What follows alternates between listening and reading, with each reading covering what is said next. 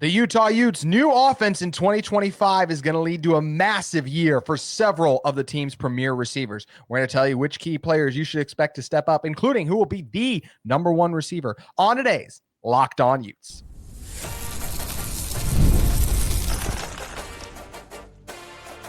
You are Locked On Utes, your daily podcast on the Utah Utes. Part of the Locked On Podcast Network, your team every day.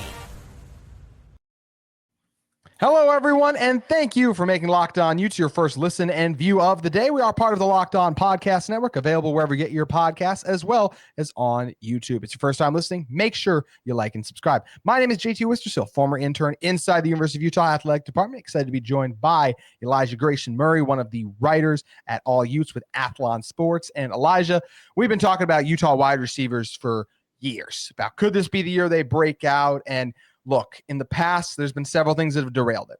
Quarterback play, offensive decisions to be more of a run-heavy emphasis too.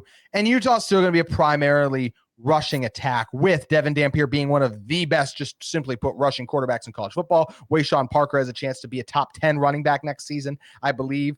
But look, this wide receiver room has some talented players in it. They got some guys with potential upside. This is not one of the best groups. And I'm going to say, while we're talking about this, I have not heard anything on the Dorian Singer front at this moment. We got to anticipate him not being a part of this team next year, unfortunately, not winning the eligibility. If that turns around, great. He'll be the number one guy. But this wide receiver room has a ton of guys with intriguing talent and upside. And I do think this is a core that in Jason Beck's offense, with Devin Dampier being willing to sling it around and Kyle Whittingham at least a little bit, letting this offense air it out, as he's going to have to adjust at least a little bit, I feel like. I think this Utah wide receiver room could be one of the best we've seen the last couple of years.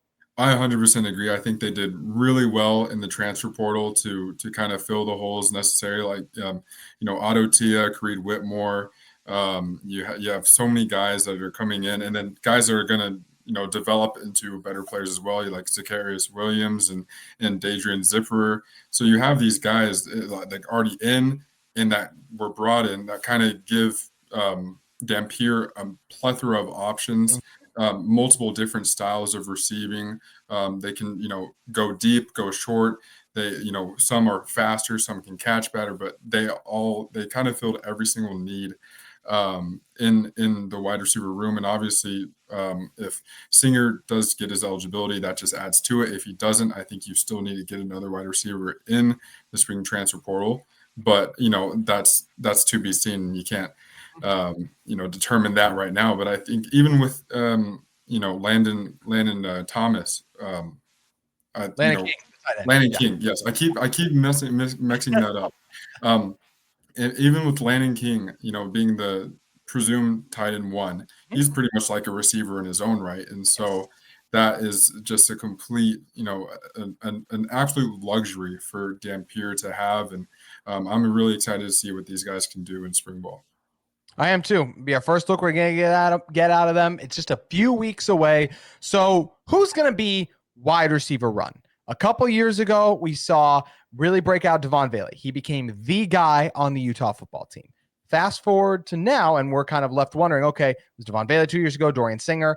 Who's it going to be? And I think it's got to be a guy you already mentioned. I think Otto is the guy I look at and I say that is going to be Utah's wide receiver one. You look at what he did last year, 434 yards, 7 touchdowns, 9 yards a catch at Utah State, including a pretty good game against Utah. We had 5 catches for 78 yards. Also ended the season on a high note with 6 catches for 81 yards, 3 touchdowns against Colorado State. T's got the profile I really look for, number one receiver, 6'4", 220 pounds. I think he can do everything. I think this is the natural, if you look at his years, he's upped his yardage each year, with last year's 400 blowing his previous total out of the water. He's elevated the steps of, becoming a elite collegiate receiver. And I think he is ready to make the step up. Is he going to be one of the top receivers in college football? No.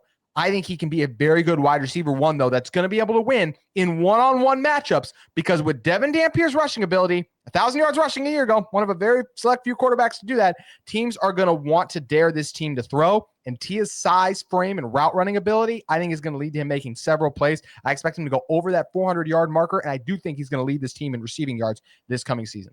I am right there with you. I think Otto could very well be the wide receiver one.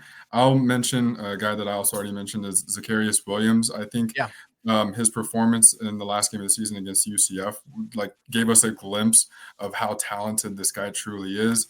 He's 6'2", 191. Yeah, I think he was last year. I think he was a freshman, and so yes, he was. That's true. Yeah, and so he still has plenty of time to grow. And if he can build upon that performance and, can grow more into his body, grow more into his skill set, I think he has every single thing that you're looking for in a wide receiver one. He has the quickness, he has the shiftiness, he's able to catch. He is able to just out muscle guys as well at his size. And so I think obviously we don't know because spring camp isn't here yet, but I think he will be not only one of the receivers who catches everyone's eye at camp. I think he could very well be kind of like how Singer was last year in spring camp, where him and Rising had that instant connection. Obviously, we didn't get to see much of that, but we saw the potential of that. And so I think him and Dampier could kind of have that similar connection. I think they'll have a chance to, for sure. You said you do think Tia will be number one? I do think Tia will be number one.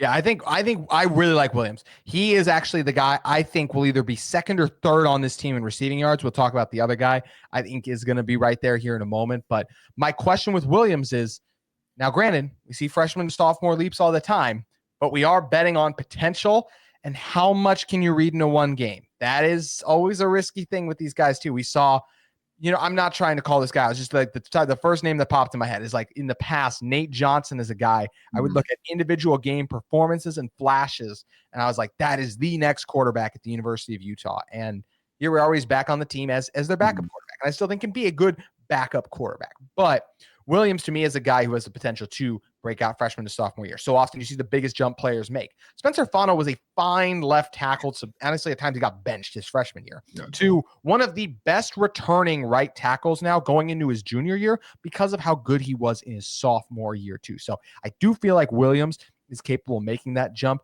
We'll talk about more of these guys in depth in a second, Elijah, but it is nice that, yes, Utah lost the money Parks. They lose Dorian Singer too. So there is a lot of unknown commodities stepping up here. But there are so many of these guys where you look and go, okay, I easily see a path for success in 2025 for this individual. Yeah, for sure. And even to your Nate Johnson point, if Nate Johnson was under Jason Beck's offense, he might have actually reached his potential, And he might even be a receiver too. That's I think he actually said he's going to do some receiver. I've said before, I think he's going to be this team's backup quarterback, but he might even be in this conversation. Right. And so, it's going to be exciting to see how Beck uses all of this talent and how he develops all of this potential that is at his fingertips all of a sudden. Making the jump to such a program like Utah with how well they've been run under Coach Whittingham. I think that's almost like a luxury to have for him. And he's, I would be overwhelmed with how to deal with all this talent and all this potential, going into spring camp. But I think obviously he's the man for the job. I think he knows how to get the best out of all these guys. And obviously we'll see that play out more in spring camp. But like you said, the Fano is a different position, but perfect example of a leap, of maturity, of growing into his play style. And I think Williams is a prime candidate to do the same thing. Yeah, I absolutely agree with that. I'm excited to see him out here. Feels like maybe could be the breakout player on this team. So definitely a guy to watch for in spring ball. And we're going to continue to watch and monitor this Utah wide receiver room. So who are the top three guys? Talked about the top guy, maybe even the second guy. Who are the top three on this team? But even more than three always produce. We'll talk about the rest of the wide receiver room heading into spring ball and who we think the three best players are in that room in one moment. Today's episode of Locked On Utes is brought to you by our great friends at Supply House. Get the supplies you need from the site made for the skilled trades. Supply House. Whether you're into plumbing, HVAC, or electric work, Supply House is the reliable way to order products online. Their easy-to-use website is packed with helpful resources and the latest product info to help you get the job done right. Plus, with a complete inventory of over 2,000 parts from 400 plus top brands, you'll find exactly what you need. Delivered fast from coast to coast. Need help with an order? Supply House offers expert support and an industry-leading service, so you'll always talk to a real person. And for trade pros looking for an extra edge, their free trade master program offers exclusive perks like a dedicated phone line. free shipping, and discounts on every order. Thousands of skilled professionals are already taking advantage. Now it's your turn. Join the Trademaster program today at supplyhouse.com/TM and start ordering plumbing, HVAC, and electrical supplies with just a few clicks. Plus, use that promo code SH5 for 5% off your order. That's supplyhouse.com. Once again, you can head over to SH5 for 5% off your first order with that promo code at supplyhouse.com. Today's episode of Locked On Utes is brought to you by Post Direct. Discover Post Direct, home to 4 of Salt Lake's newest and most stylish apartment buildings: the Register, Post House North, Post House South, and 801 Flats. Each residence offers its own unique take on luxury urban living, with features like waterfall, kitchen islands, floor-to-ceiling windows, vaulted ceilings, and spacious patios and walk-in closets. Enjoy premium amenities, including the city's largest residential gym, a year-round pool, golf simulator, massive TV wall for sports watch parties. I think if you're listening to the show, that will appeal to you, and more, all anchored by a one-of-a-kind community. Step outside and find yourself immersed in Salt Lake's hottest dining and nightlife scene with award-winning spots like Urban Hill, Mensho Ramen, Level Crossing, Melancholy Wine Bar, and Sunday's Best just steps away. Whether you're looking for a studio, 1, 2, 3 bedroom, or penthouse, find your perfect home today. Visit liveatpost.com or call 801-590-6247. And make sure you guys head over again to visit liveatpost, all one word, lowercase.com, or call 801-590-6247 to check out any of the Post Direct spots today. Elijah Grayson Murray back with me here. Elijah, talk about the rest of the wide receiver room. You know, you always talk about X, Y, Z receiver, slot receiver. Like, those are all the terms that are always thrown out there for these guys. But we're talking about who are the best combination of Utah receivers. I believe that will end up being Otto, Utah State transfer, over 400 yards. Zacharyus Williams, I think he absolutely has all the makings of a sophomore leap. I like what I saw from the UCF game there. I think he's going to be a really good player. I just talked about some of the concerns of, hey, he hasn't done it, but at a more consistent level, but feels like a breakout candidate for me. And the other thing to keep in mind with all these guys, we can talk about this more in a moment, is just how held back they were by quarterback ineptitude. That's a strong word. It's just a matter of, like, just watch the plays. It was bad. And Utah had to work around bad quarterback play. So who's the third guy in there? It's Devin Dampier's best friend, not in terms of, I have no idea if they're actually best friends, but Ryan Davis comes over from New Mexico. That was his slot receiver from a season ago. His little guy over the middle gets the work done. Good route runner, crafty, 54 catches, 747 yards, 3 touchdowns, 13 yards a catch. Davis, to me, honestly, could very well end up being this team's second leader in receiving yards, just because how frequently he's going to be the check down option. I think the chemistry he already has with Dampier is huge. Honestly, of the 3 guys, like, even though I think Tia will be the best, I might consider Davis the safest bet to crack over 500 yards because of the Dampier connection. Yeah, you know, I was looking at the depth chart, and Davis, like you said, just because of the connection, and also, you know, he's proven to be a really good receiver at New Mexico. I think he's probably the best option for that slot role. I do think that Zipper and Whitmore can, you know, have a shot at that. Just because, I mean, Zipper has the speed. And, you know, he's like 6 foot, so he's still, you know, not that outside wide receiver type build. And then you have Creed Whitmore as well, 5'11", 175, coming over from Mississippi State. And, you know, I think obviously anytime you get SEC talent, you automatically think this guy is good, because the SEC has great talent no matter how good or bad the team is. You know, you can find someone on Vanderbilt that's good.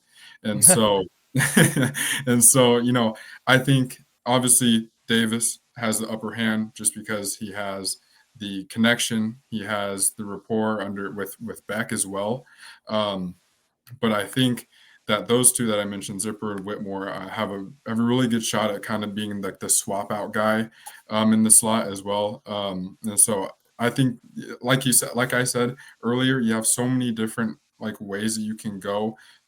Davis and Whitmore are more like the surefire guys, but then you have Zipper, who has the speed and can just burn you. And so I think having that mix can really put defensive units like on their heels the entire season. And that allows for some really interesting packages potentials as well. I agree. So how would you shake up the top three for like the starting three, the slot guy, the two outside? How do you look at it? I have Otto T at the 1. I have Williams at the 2. And you said Davis. I agree with Davis, but I'll put Zipper at the slot to kind of okay. to kind of give a little bit of a differentiating opinion. I do agree that Zipper will most likely be, or not Zipper. I do agree that Davis will most likely be the slot receiver, but I think Zipper could definitely pull for that spot, especially since he's already been in the program and he already knows, kind of how everything runs. So if it weren't Davis, I would pick Zipper to be my slot guy. I like it. And we talked about all this without, like you said, you hinted at Creed Whitmore, but then that's the question with him too. How does he end up factoring into all this? Does have the SEC pedigree with Mississippi State, but we also talk a lot about this show about SEC bias and how crazy it can kind of be. When you look at what Whitmore did there, total 15 catches, 167 yards, 2 touchdowns, average 11 yards per catch, but those are numbers over the 23 and 24. So over a 16-game sample. So it wasn't that great there. Could it be really good at Utah? Absolutely. There's just not a sample size. And the height is still a concern.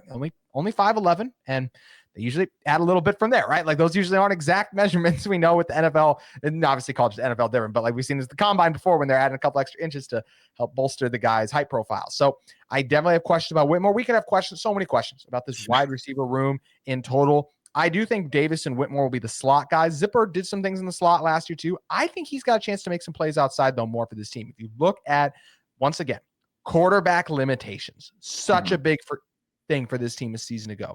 These guys are going to be unleashed. Zipper is a guy I'm very excited about. He had some good flashes too. And if given better balls last year, he would have made a few more plays for sure. And then Justin Stevenson, the Wyoming transfer. That's a guy who also has immense potential to me coming over from Wyoming. If you look at what he amassed while he was with Wyoming, played in 12 games, totaling 17 receptions for 204 yards for the 23-4 season, 3 touchdowns. So just another guy that, has potential to be really good. Similar to Whitmore. Like, can he do it? And he's even coming, obviously, from with Wyoming. That's not even what Mississippi State is as a program, right? Just different levels to this. But once again, come back to this.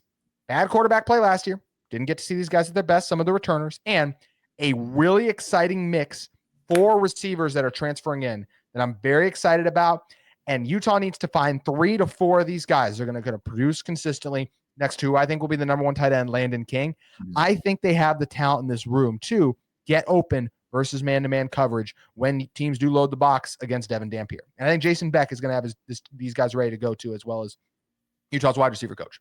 Yeah, and I think having a mobile quarterback like Dampier, and he's not just a mobile quarterback, he's like the mobile prototype quarterback. And so having someone of that like skill set is so freeing for every wide receiver, even the running backs who go out on the routes, that's just so freeing because you with Cam, no disrespect, but when after his injury, he couldn't really escape the pocket and make a play, in a way that he could have before his injury, like in 2021 or 2022. And so when you have a more stationary quarterback, it limits how open you're right. You could be open, but if your quarterback's not moving out and he may not be able to see that.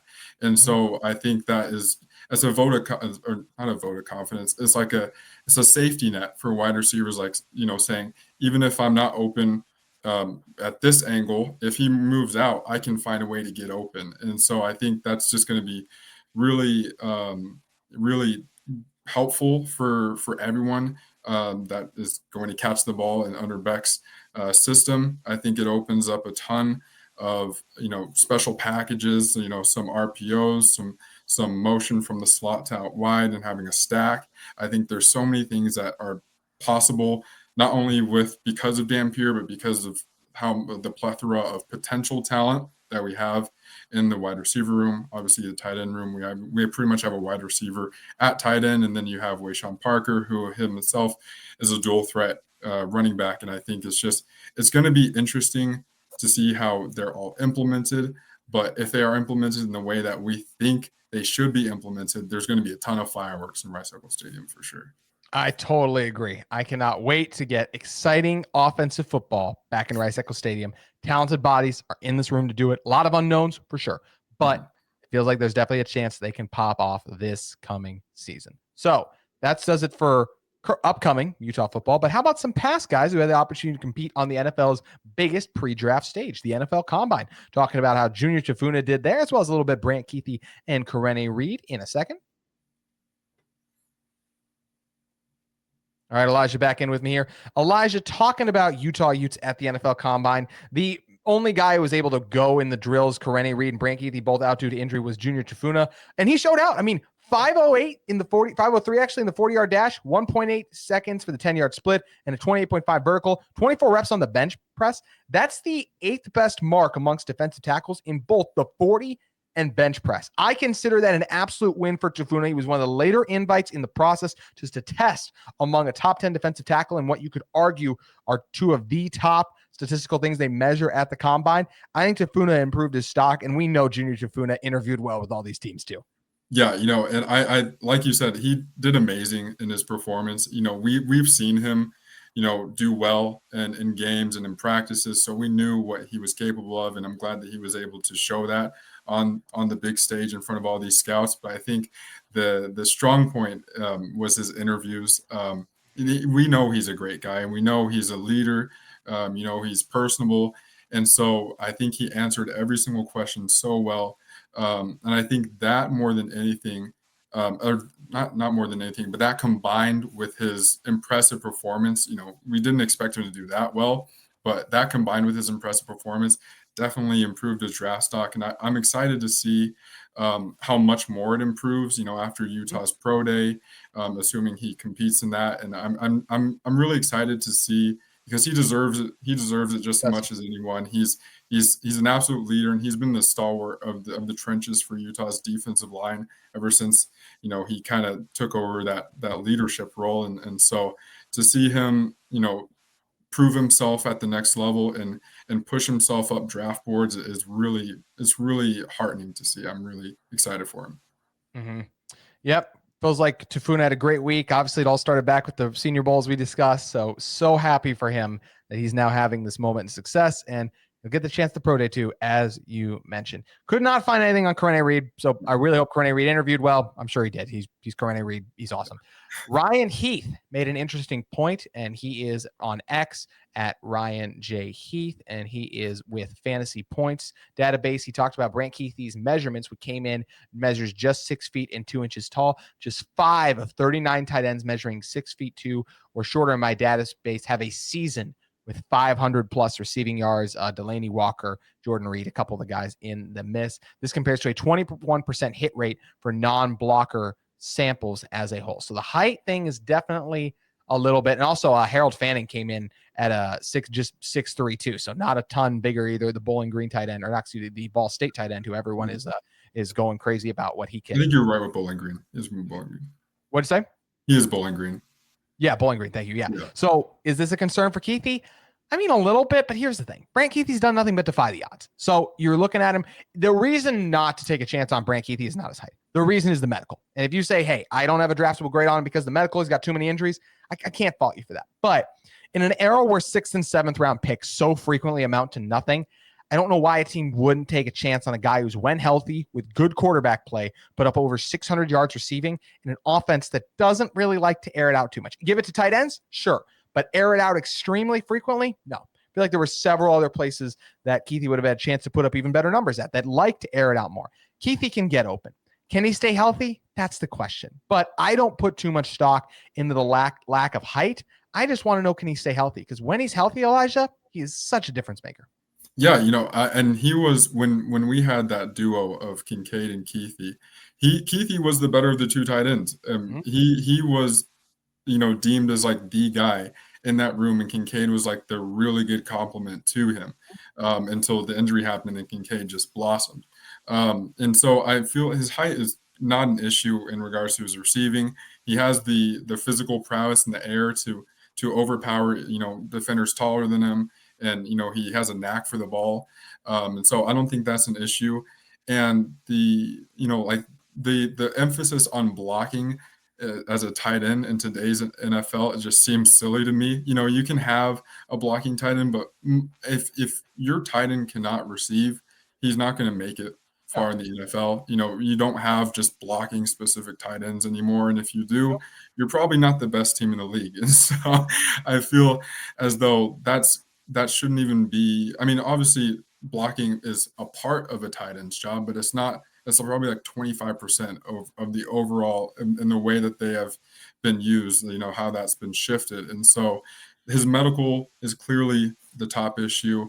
Like you said, I understand if someone doesn't want to take a flyer on that, on his knees or his lower body being able to stay healthy, but a 6th or 7th pick on a guy who was at one point deemed arguably the best tight end in college football, when he's healthy, I think that is an absolute steal just at the potential. Like you said, 7th round picks usually don't amount to anything. So why not take a flyer? Why not just give him a shot? And if he's healthy, he's proven himself. And so I think, and he has the mindset to do so too. I think he showed that in his interviews. He has the mindset that he's ready to work and ready to make good on the opportunity that is given to him, whatever that may be. And so I think it's going to be a fun story to follow with him wherever he ends up. Yep. I'm incredibly excited to follow along with it too. Same thing for Corey Reed and all of the Utah football players who have their pro day eventually coming up. And then it'll be exciting to see where their future NFL homes will be. Elijah, thanks again for stopping on. Let everyone know where they can find you at. All right. So with spring camp coming up, obviously the news is starting to ramp up again. And so we're excited about that. You can follow me on my X account at Elijah G. Murray. I'll post, all my stories there. And also once we're allowed to view practices and pro days and stuff, I will have videos of coaches and players post, pre and post practice interviews and stuff. And so if you want all of that, follow me on my X account at Elijah G. Murray, and everything will be on there. And so I hope you guys follow me. Thanks again, Elijah. Appreciate you coming on. That's going to do it for today's Locked On Utes. We'll continue to talk about the latest in the Utah coaching men's basketball search, as well as all things Utah football as we gear up for spring ball. Hope you'll join us all then.